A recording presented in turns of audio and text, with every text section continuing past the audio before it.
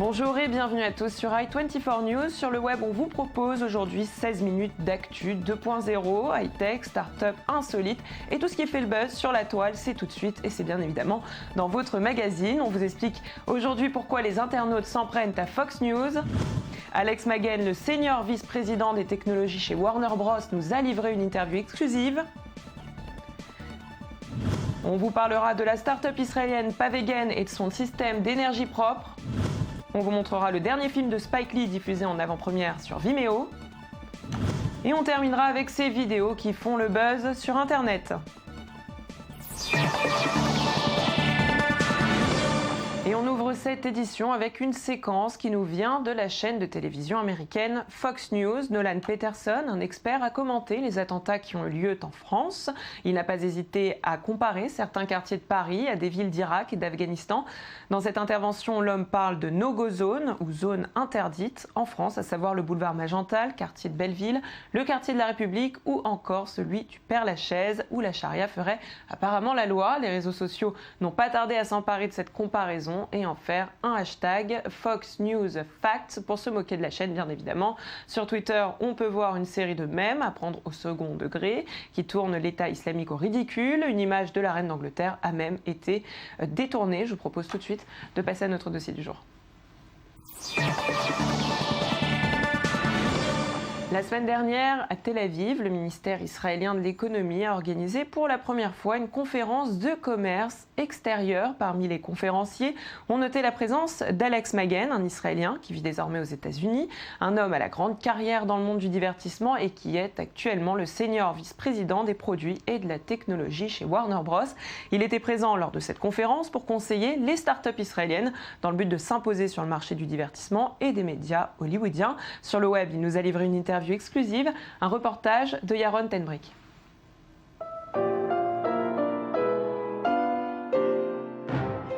Warner Bros, probablement le plus grand géant des médias et de l'entertainment. Et à la tête de ce géant du 21e siècle, à mi-chemin entre Hollywood et la technologie, il y a cet homme, Alex Maggen, vice-président senior de la technologie et l'un des hommes les plus gentils dans ce monde de brutes.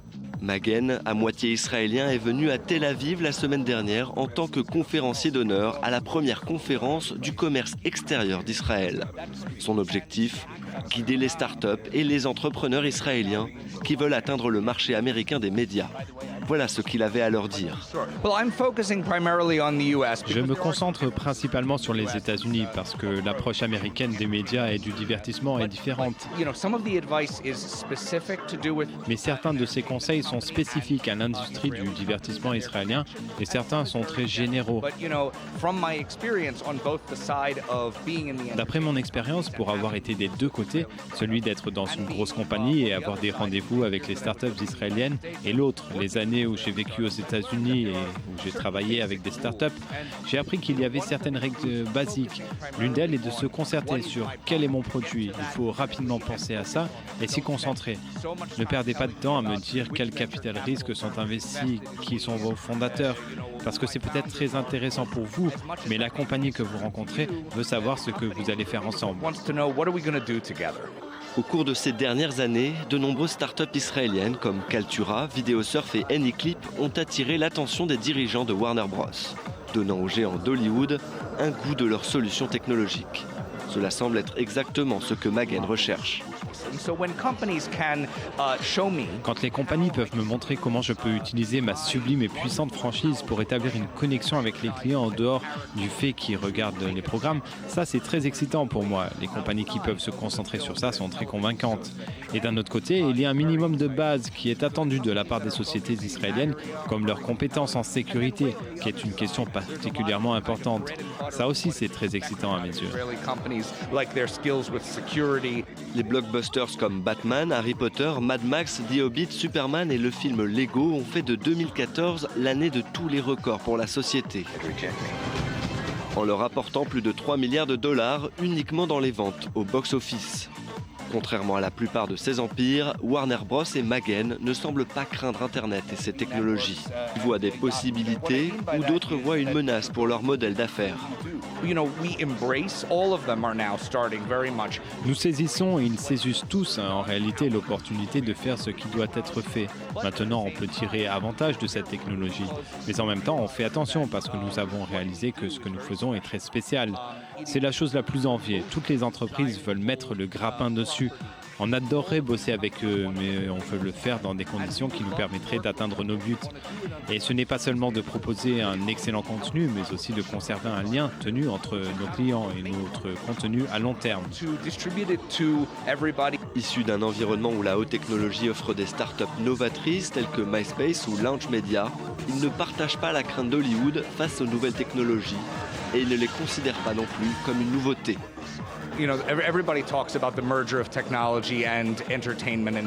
Tout le monde parle de la fusion entre la technologie, le divertissement et les médias comme si c'était nouveau. Mais ce n'est pas nouveau pour un sou. J'ai lu des livres, vous savez, je ne travaille chez Warner Bros que depuis 1 an. J'ai travaillé dans d'autres grands médias avant ça et j'ai lu au sujet des anciennes histoires de ces sociétés. L'histoire de la technologie est aussi vieille que l'histoire du divertissement. Et c'était quand les programmes étaient produits sur scène et quand les réalisateurs et producteurs devaient trouver comment rendre les scènes plus larges. Mais aussi quand les films de Charlie Chaplin devaient prendre en compte non seulement la manière de filmer, mais aussi les technologies pour que ce soit réalisable. Nous avons une longue tradition avec les technologies, non seulement pour améliorer le contenu, mais aussi pour créer un lien plus étroit entre les fans et le contenu. Je pense que c'est une progression naturelle. Est-ce qu'elle s'accélère? Probablement. Mais tout s'accélère avec la technologie. L'attitude positive de Magen envers le web et ses technologies, ainsi que l'ensemble de ses activités à Hollywood, s'est récemment assombrie à cause du désormais tristement célèbre piratage de Sony et la mise en ligne forcée de The Interview. Sa réponse à la question montre à quel point la question est sensible. Une canne peut sortir du côté de l'écran et me tirer. C'est ce que j'ai à dire. Question suivante. Mais indépendamment de toute cyber-apocalypse imminente, le discours d'Alex Magen à Tel Aviv a ouvert la voie aux startups israéliennes qui cherchent à réaliser leurs rêves hollywoodiens. Avec lui, ces rêves semblent plus réalistes que jamais. Et aujourd'hui, beaucoup de sociétés se focalisent sur la production d'énergie verte. Pavegen est l'une d'entre elles, une start-up israélienne qui propose de créer de l'énergie à partir de vos pas. C'est ce qu'on appelle de la piézoélectricité. Le principal intérêt de ce système est son autonomie. Alors comment ça fonctionne? Tout simplement avec des dalles urbaines qui ont la capacité de capter l'énergie cinétique des corps en mouvement. Chaque pas produit entre 4 et 7 watts, une puissance qui dépend évidemment du poids de la personne en action. Un des terrains de prédilection de ces pavés reste très certainement les stades, exemple à Rio de Janeiro.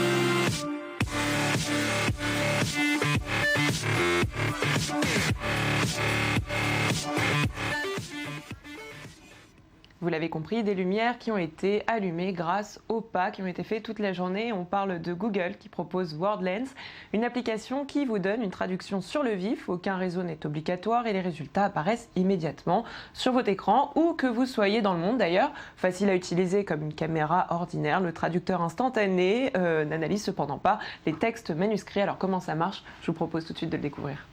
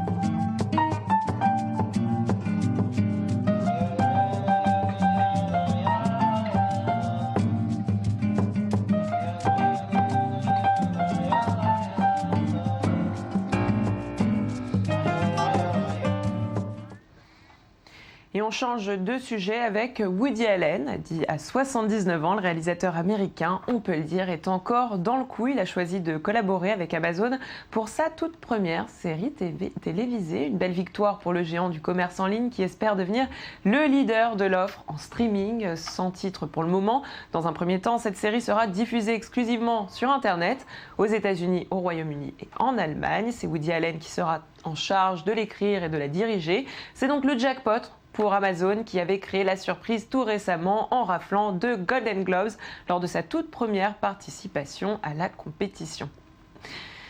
Et Woody Allen n'est pas le seul à Hollywood à s'intéresser à Internet. Le réalisateur Spike Lee s'est entendu avec la plateforme Vimeo, lui, pour la diffusion en ligne de son dernier film, The Sweet Blood of Jesus, et ce, en avant-première, un mois avant sa sortie officielle dans les salles de cinéma.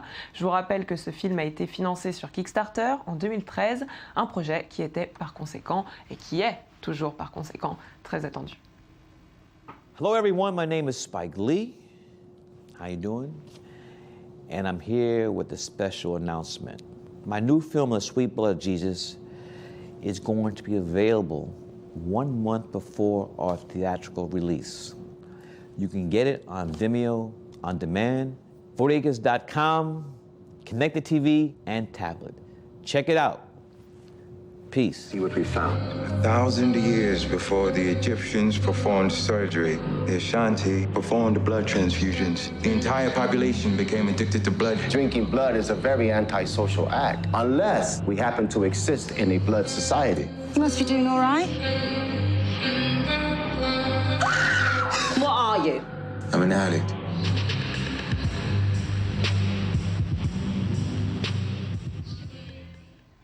Puis en attendant de voir ce film, on vous présente Nabi, la tablette géante de la société FUU qui mesure 1,64 m. Il s'agit d'un grand écran tactile, une association entre un genre de télévision et un tableau interactif que l'on peut manipuler à grande échelle. Nabi peut être accroché au mur ou posé sur une table basse, un nouvel objet qui risque de séduire les grands comme les plus petits. Je vous propose tout de suite de passer à l'œil du net. Et on ouvre cette rubrique avec un moment très émouvant. Ça s'est passé dans l'émission Arabs Got a Talent, où un groupe d'enfants a fait chavirer les cœurs des téléspectateurs, du jury, mais aussi des internautes. 5 jeunes garçons venus de Gaza ont été propulsés en finale.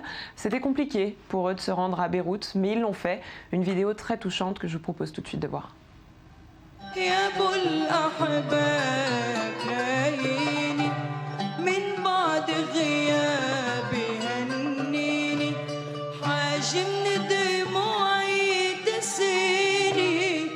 نشفت دموعي والله والله الله تعود على الله يا ضايع في تستاهل فلسطين وتستاهل غزة بخير الله.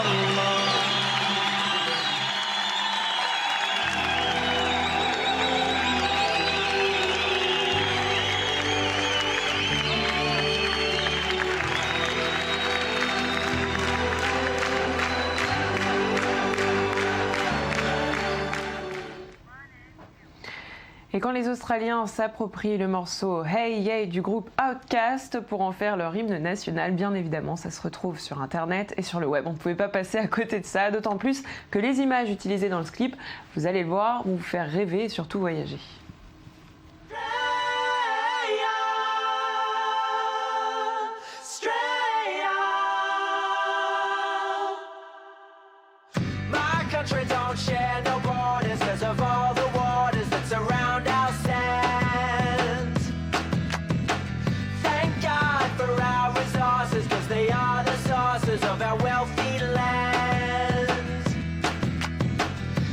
Try to find the capital or fight